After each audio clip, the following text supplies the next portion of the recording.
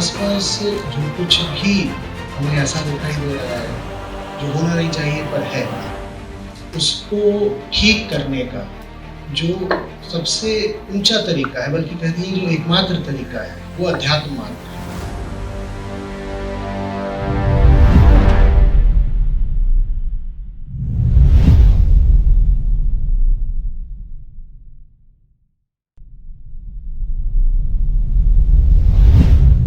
नमस्ते आचार्य जी। मेरा नाम शुभम है।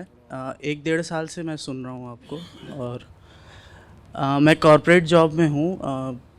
इंजीनियरिंग जॉब ही है। तो मेरा सवाल ये था कि किसी भी काम में जाते हैं शुरुआत में तो वो नया होता है, नॉवेल्टी होती है उसमें। उसके बाद एक टाइम के बाद वो रूटीन बन जाता है और मंडेन हो जाता है, बोरिंग सा भी हो जाता है। तो मैं ये भी सोच रहा था कि आप निकले थे कॉर्पोरेट जॉब से, तो आपने क्या सोचा और क्या, मतलब कैसे आप ट्रांसफ़ॉर्म हुए वहाँ से यहाँ तक?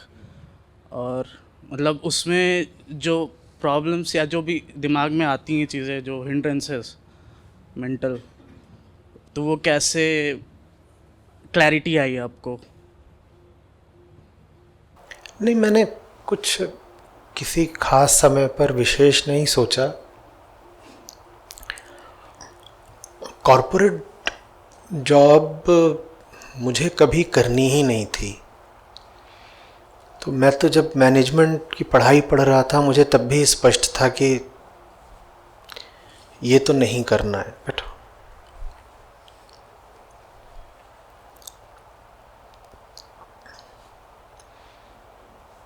मेरा कॉरपोरेशंस में या जो शेयर होल्डर प्रॉफिट मैक्सिमाइजेशन होता है, उसमें कभी कोई रुझान था ही नहीं। पता नहीं सुनने में कैसा लगेगा, लेकिन मैं जिस दिन IIM पहुंचा था तो अहमदाबाद, तो उसी दिन पहुंचा हूँ। और उस दिन मैं बहुत रोया था कि मैं यहाँ क्यों आ गया हूँ। और पहले ट्राइमेस्टर के बाद मैंने मन बना ही लिया था कि इसको छोड़ ही देता हूँ।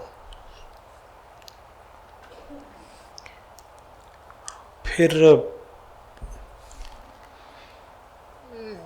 सेकेंड ट्राइमेस्टर में मुझे वहाँ सेकेंड और थर्ड में वहाँ पर गांधी आश्रम था। वहाँ एक NGO चलता था। गांधी आश्रम गया था ऐसे ही घूमने। वहाँ वो दिखा बच्चे पढ़ रहे हैं, मैं चला गया। मैंने कहा मैं भी पढ़ाऊँगा। उन्होंने कहा आ जाया करो। तो मैं वहाँ जाने लगा। वहाँ जाने के लिए भी खर्चा लगता था, और मैं जाता था तो मुझे लगता था बच्चों को दे ही दूँ कुछ। लगभग रोज़ ही जाने लगा। तो कभी उनके लिए कुछ, कभी कुछ, कभी कोई कपड़ा, कभी पेंसिल, बुक, कुछ खाने का, ऐसे ले जाने लगा। वो बच्चे काफ़ी सारे थे तो थोड़ा खर्चा होता था। तो फिर मैंने वही पढ़ाना शुरू कर दिया है सब। तो इस तरह से फिर करके मन लग गया। तो और उसके बाद फिर सेकेंड ईयर आया तो उसमें मैंने प्लेज करने शुरू कर दिए। तो ऐसे करके खिंच गया। कॉरपोरेट नौकरी करने के लिए MBA मैंने करा ही नहीं था। मैंने कैसे अपने कॉरपोरेट के साल निकाले, कैसे निकाले, कैसे निकाले।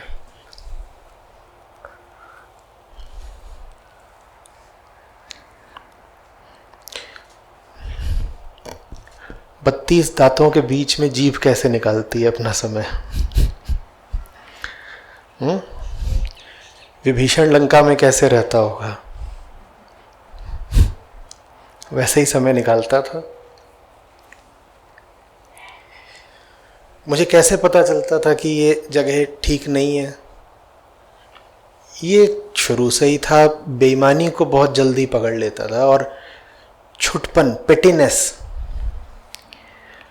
और दब्बू और डरपोक होना ये मुझे कभी पसंद नहीं था। और ये काबिलियत मुझ में थी नहीं कि जो देखूं उसको अनदेखा कर दूं। जो चीज़ दिख जाती थी वो दिख जाती थी। तो ये एकदम ही स्पष्ट था, सदा से स्पष्ट था कि ये करना नहीं है। मैं लगातार मौके की तलाश कर रहा था कि और क्या करना है, बस वो बिल्कुल साफ नहीं हो पा रहा था। और जब थोड़ा थोड़ा साफ होने लगा तो जिस दिशा में साफ होने लगा मैंने उधर ही तेज़ी से चलना शुरू कर दिया, बल्कि निर्माण करना शुरू कर दिया। सिर्फ तलाशा ही नहीं, बनाया। तो 2-2.5 साल के भीतर भीतर स्पष्ट हो गया था कि, और मुझे लगता है इतना समय काफ़ी होता है, एकदम एक इतनी स्पष्टता आ गई थी कि शिक्षा के क्षेत्र में जाऊंगा। और जो बिल्कुल मटेरियल एजुकेशन है उसको एक नॉन मटेरियल साइड से जोड़ूंगा। वो नॉन मटेरियल पक्ष आध्यात्मिक होगा, ये एकदम स्पष्ट नहीं था आरंभ में ही। शुरू में मैंने जो क्लासिकल लिटरेचर होता है, शास्त्रीय साहित्य, विशेषकर अंग्रेज़ी का, उसको जोड़ा लीडरशिप से, और उसके कोर्सेज मैंने MBA कॉलेजेस में फ्लोट करे। फिर धीरे धीरे उसमें गहरा उतरता गया। 2008 में मैंने पहली एक्टिविटी बनाई जो उपनिषदों पर आधारित थी, और 2009 में पहली बनाई जो संतवाणी पर आधारित थी। उसका नाम था कबीर इन कैंपस। उपनिषदों वाली एक्टिविटी का नाम था सो set the sages. So set the sages. फिर उसके अगले ही साल लोगों को बाहर लेकर के गया पहाड़ों पर। ऐसे चला था काम। देखो, जितनी भी स्पष्टता आ रही हो उधर को बढ़ना शुरू करो। उधर बढ़ के ही और साफ होगा कि किधर को जाना है। बैठे बैठे सोचोगे कि कोई पूरा रास्ता बता दे फिर पहला कदम उठाएंगे, तो तुम पहला कदम ही कभी नहीं उठा पाओगे। आरंभ में हिचक भी होती है और सब धुंधला धुंधला भी होता है। बिल्कुल समझता हूँ, पेट भी पालना है, रोटी कपड़ा भी चाहिए, तो आदमी वो भी देखता है।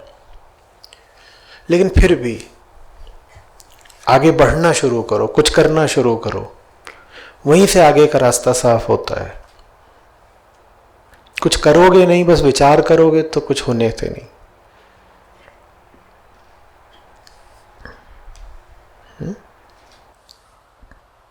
पिछले भी कई शिविरों में आ चुका हूँ।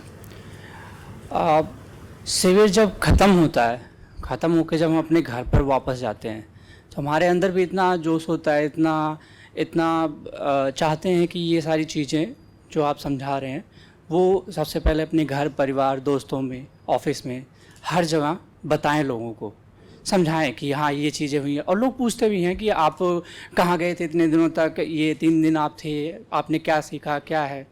लेकिन जब उन्हें हम समझाने की कोशिश करते, बताते हैं, तो हम समझा नहीं पाते हैं। जैसे कि किसी को कोई चीज़ समझाने की कोशिश करो, अरे चलो मैं ही मिला हूँ तुम्हें बेवकूफ़ बनाने को, या ऐसा कुछ, लोग उनका रिएक्शन कुछ ऐसा होता है, तो वो असर ही नहीं पड़ता उनके ऊपर। जब जितना भी समझाने की कोशिश करते हैं उन्हें, कोई असर नहीं पड़ता उनके ऊपर, और उससे बहुत निराशा भी होती है कि हम कैसे समझाएं लोगों को कि वो समझ जाएं। देखो, मुझे वो पता होता तो मैंने तुम्हें ना समझा दिया होता। तो आप यही कर सकते हो कि कभी ऐसे कभी वैसे कोशिश करते रहो कि कहीं ना कहीं तो राइट बटन दबेगा।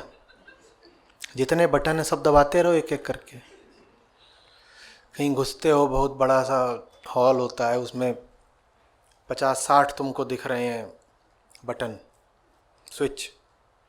तो क्या करते हो? बत्ती जलानी है तो क्या करते हो? अंधाधुंध सबको दबाते हो। कुछ दिक्कत बस ये है कि एक आध बीच बीच में ऐसा भी दब जाता है कि विस्फोट हो जाता है। कहीं सारे एमसीवी गिरे हुए हों, तुम सब उठाने लगो, कुछ पता नहीं है कि कौन सी लाइन एक्टिवेट हो जाएगी।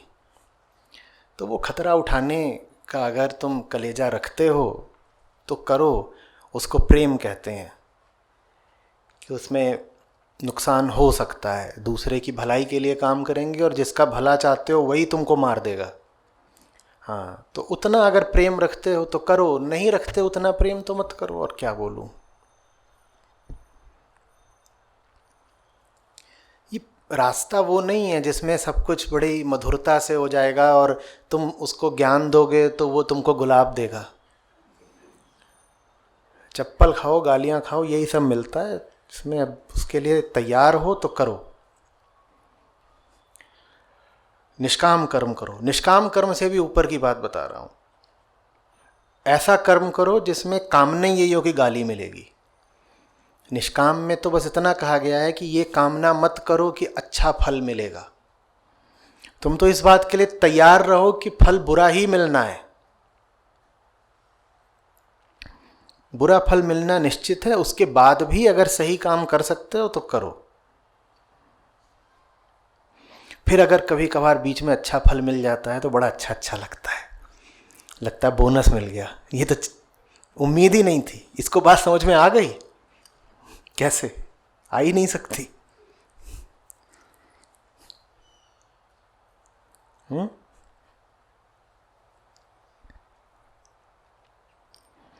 कुछ इसका कोई तयशुदा रास्ता नहीं है। माया इतनी हल्की नहीं है कि तुम फॉर्मूला निकाल लोगे उसको बीट करने का। प्रणाम आचार्य जी। कुछ इस तरह की जो है अभी नौकरी में हूँ मैं, जो कि मतलब कार्यशैली जो है ठीक नहीं है उसकी।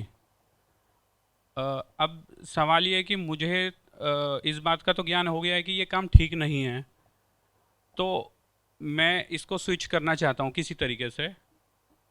तो एक सवाल तो इसमें यह है कि क्या आगे जो मैं करना चाहता हूँ और उसमें जिन संसाधनों की ज़रूरत है उसको इकट्ठा करने के लिए मैं ये जो अभी नौकरी है मेरी, इसको मैं करता रहूँ ये जानते हुए कि ये काम गलत है।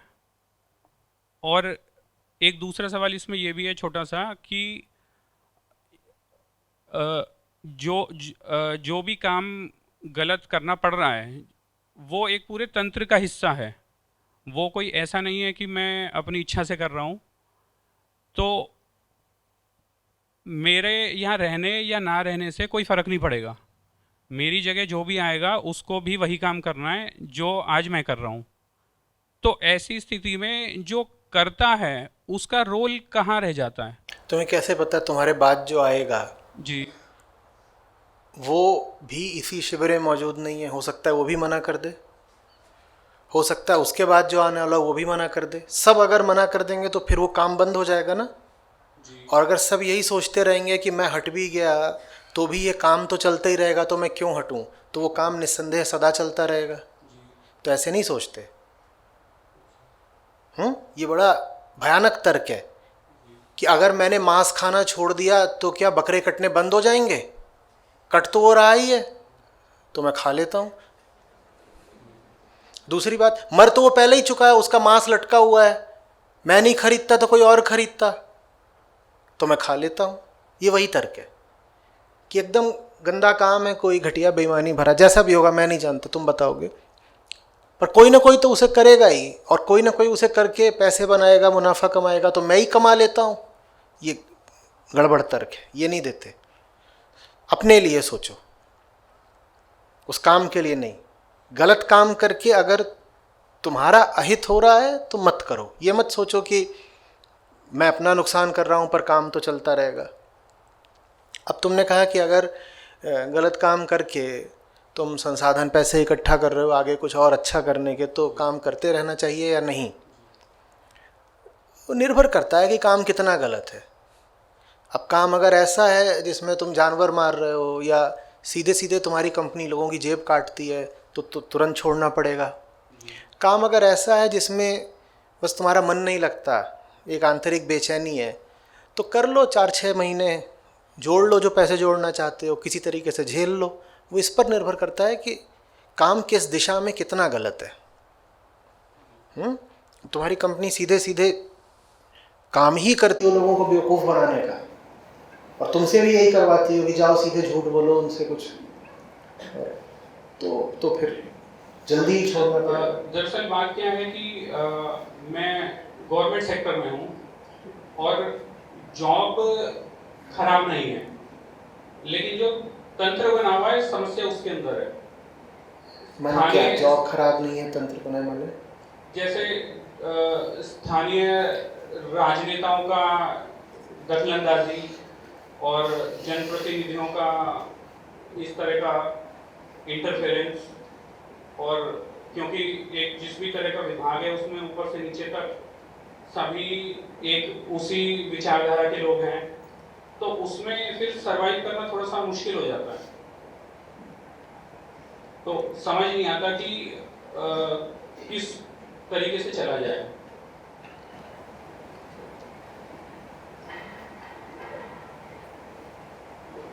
इसका कोई आर पार का जवाब नहीं होता। 3 साल तो मैंने भी झेला था, लेकिन 3 साल झेल के मैं ये नहीं कह सकता कि अभी 10 साल और झेलता रहूँगा। ये तो तुम्हारी अपनी त्वरा पर है, अपनी आग पर है कि तुम कितनी शीघ्रता के साथ दलदल से बाहर आ सकते हो। और फिर दलदल से बाहर आने से पहले कुछ प्रबंध भी करने पड़ते हैं। तो दम लगाकर, जल्दी दिखाकर, मेहनत करके वो प्रबंध जल्दी से जल्दी कर लो ताकि जल्दी बाहर आ सको। ऐसे भी हुए हैं, कुछ युवा लोग ही थे, बंगाल के थे, 2 लड़के, दोनों के पास सरकारी नौकरी थी, एक की रिजर्व बैंक में थी, एक की कहीं और थी किसी विभाग में। दोनों ने 1 या 2 शिविर किए और उतारू हो गए कि हम अपनी नौकरियां छोड़ देंगे। मैंने कहा तुम इसको छोड़ के और जो कुछ करना चाहते हो पहले उसका तो कुछ निश्चित कर लो। तुमने कितनी रिसर्च कर ली कि दूसरा क्या काम करना है, जाओ पहले वो रिसर्च करो। सरकारी नौकरी में तुम्हें वक्त बहुत मिल जाता है, काफ़ी समय तुम्हारे पास हफ्ते में खाली होता है, जाओ पहले उधर देखो, अच्छे से करो। पर वही जवानी का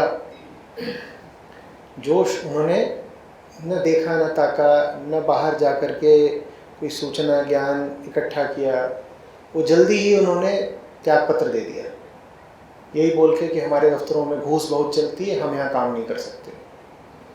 फिर वही हुआ जो होना था। दोनों ही संस्था से नदारद हैं, उसके बाद से दिखाई नहीं दिए।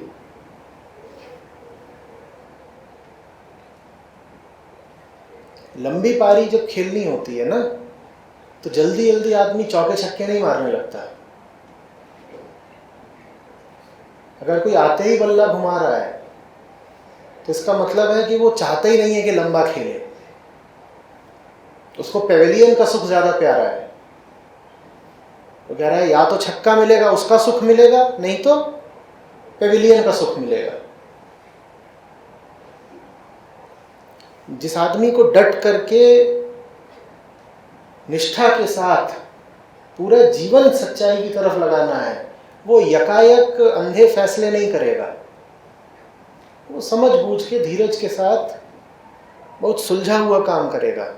और साथ ही ये भी बोल रहा हूँ कि वो इतना धीरज भी नहीं दिखाएगा कि 10 साल से धीरज ही दिखाया जा रहा है और जवानी बीत गई। कि 150 गेंदें ब्लॉक कर दी और एक भी रन नहीं बनाया।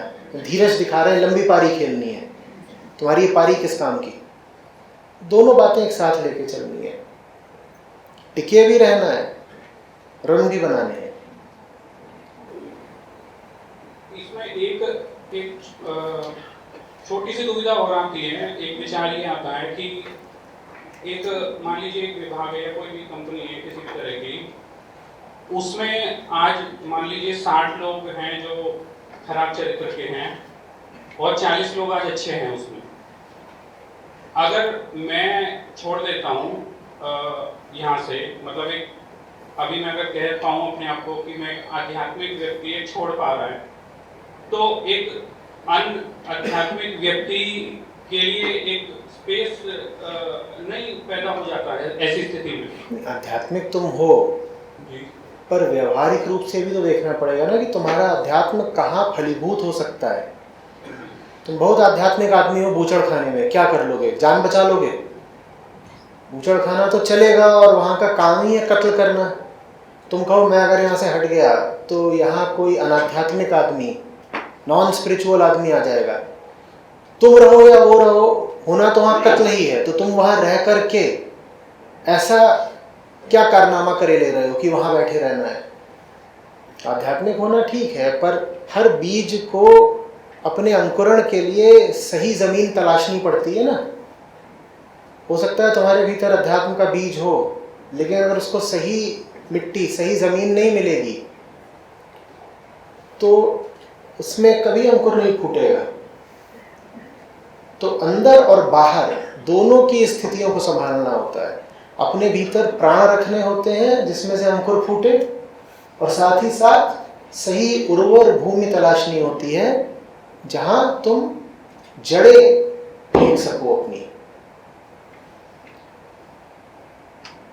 रेगिस्तान में पड़े रह जाओगे अपने भीतर एक पूरा वृक्ष लेकर के, तो पड़े ही रह जाओगे, कभी प्रकट नहीं होगा तुम्हारा मर्म। प्रणाम आचार्य जी। आचार्य जी, मैं फाइनल ईयर का स्टूडेंट हूँ, बीबीए कर रहा हूँ। स्टार्टिंग में 10th-12th में अच्छे नंबर आ गए, तो उसके बाद पापा ने भी कहा कि बिज़नेस कर ले साथ में, और आगे जाके अगर MBA करनी है तो मतलब तो ग्रेजुएशन यहीं से कर ले। मैं देहरादून से हूँ, उन्होंने कहा ग्रेजुएशन यहीं से कर ले। तो पर जब मैं पहले दिन गया कॉलेज, वहाँ पे ऐसा मतलब माहौल मिला नहीं, क्योंकि वो Tier 2 Tier 3 टाइप का कॉलेज है और कोर्स भी BBA ही है।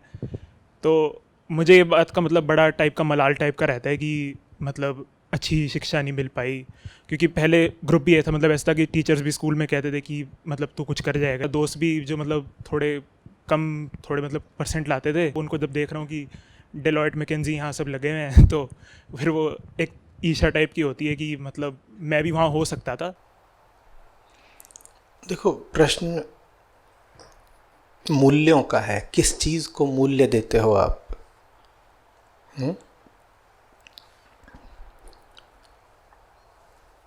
जिस चीज़ को मूल्य देते हो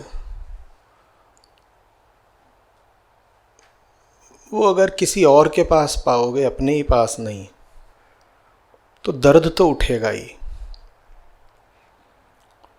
उस दर्द के उठने में कोई बुराई नहीं है। बुराई है व्यर्थ चीज़ को मूल्य देने में। तुम ज्ञान को मूल्य दो, किसी और के पास ज्ञान पाओ, स्वयं को अज्ञानी पाओ, और इस बात का क्षोभ उठे, बुरा लगे, अच्छा है, बुरा लगा, अच्छा है, बुरा लगा है तो कोशिश करोगे और ज्ञान पाने की। पर अब ये डेलॉयट और ये सब खुद ही कह रहे हो, अगर पा भी लिया तो क्या विशेष पालोगे? नहीं पाया तो ईर्ष्या में जलोगे। इससे अच्छा ये है कि देख ही लो कि उस चीज़ में मूल्य नहीं है या काफ़ी कम है। अभी हम प्रतिभा की बात कर रहे थे ना, योग्यता को भी उससे जोड़कर देखो। योग्यता, प्रतिभा। प्रतिभा हमने कहा उसकी वास्तविक परिभाषा होनी चाहिए संकल्प से संबंधित। जो सही काम के लिए जितनी जान ला सके, लगा सके, वो उतना प्रतिभाशाली। योग्यता की भी यही परिभाषा होनी चाहिए। हर सद्गुण की यही परिभाषा होनी चाहिए। जो सही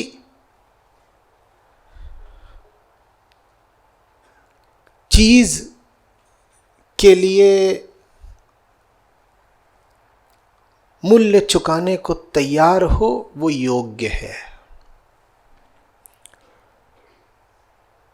धैर्य की सही क्या परिभाषा? अन्याय का प्रतिकार नहीं कर रहे, चुपचाप बैठे हो, क्या ये धैर्य है? नहीं। धैर्य की क्या परिभाषा? सही चीज के मिलने में जितना भी समय लगता हो, कष्ट मिलता हो, उसको स्वीकार करने का नाम धैर्य है। अपनी जितनी भी आंतरिक परिभाषाएं हों, सबको अपनी मूल पहचान के अनुसार बदल दो, वो सही हो जाएंगी। मूल पहचान क्या है? अतृप्त चेतना है हम। तो प्रेम की सही परिभाषा क्या हुई?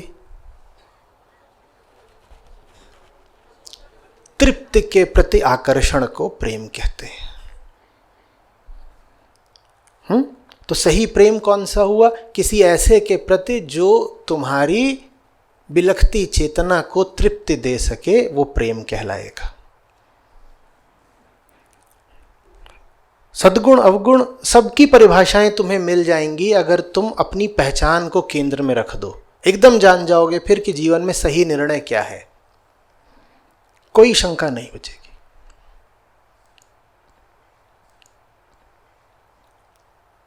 समझ रहे हो बात को?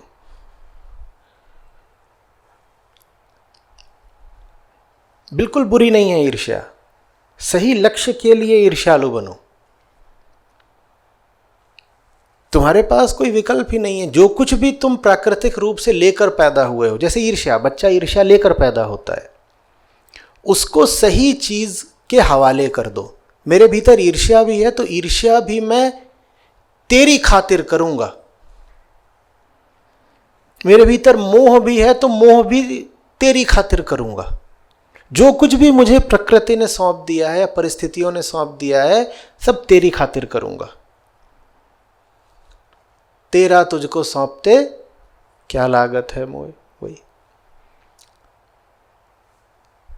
प्रकृति से मिला है, इसको हटा तो सकता नहीं, पर समर्पित तो कर सकता हूं, तेरी दिशा में लगा सकता हूं। बहुत तीक्ष्ण बुद्धि मिली है, अच्छा आईक्यू मिला है, तेरी सेवा में लगा दूंगा। भावुक हूं, बड़ी भावनाएं मिली हैं, बहुत लोग होते हैं वो पैदाइशी भावुक होते हैं, उन भावनाओं को तेरी सेवा में लगा दूंगा। विरासत में बहुत सारा पैसा मिला है, तेरी सेवा में लगा दूंगा। ज्ञान मिला है, जो भी है, सबको अलग अलग तोहफे मिले होते हैं प्रकृति से, है ना। किसी को कुछ, किसी को कुछ। ऐसा तो कोई होता ही नहीं जिसको कुछ भी नहीं मिला है। अगर शरीर मिला है तो उसके साथ में गुण भी मिले हैं, उन सबको लगा दो। मूल्य फिर किसको देना है? सिर्फ उसको जो जीवन को सार्थक कर देता है। देखो, अभी कम उम्र के हो, छात्र हो, पता नहीं मेरी बात सुनने में कैसी लग रही होगी, क्योंकि अभी चारों तरफ तुम ग्लैमर से घिरे हुए हो। हमारा समाज ही ऐसा है, और ग्लैमर चाहता है कि तुम ग्लैमर को ही मूल्य दो, पर ग्लैमर का कोई मूल्य नहीं होता। या इस बात को पलट दो, सिर्फ सच को ही ग्लैमरस मानो। कपड़े नहीं है ग्लैमरस, पैसा नहीं है ग्लैमरस, गाड़ी नहीं है ग्लैमरस, इमारत नहीं है ग्लैमरस, ब्रांड नेम नहीं है ग्लैमरस,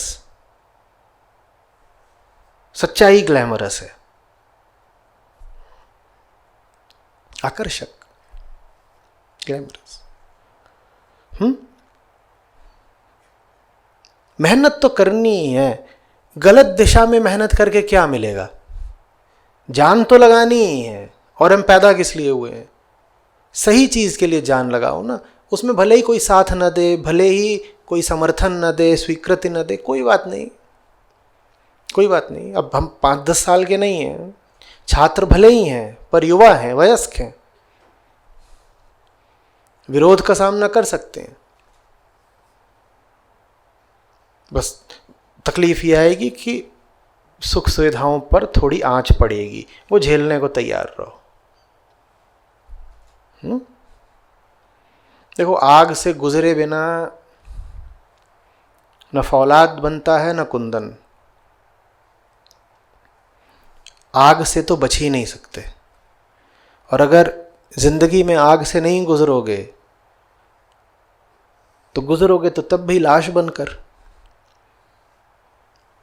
बनकर गुजरो। उससे पहले जिंदगी में जीते जी ही आग से गुजर लो, जी उठोगे।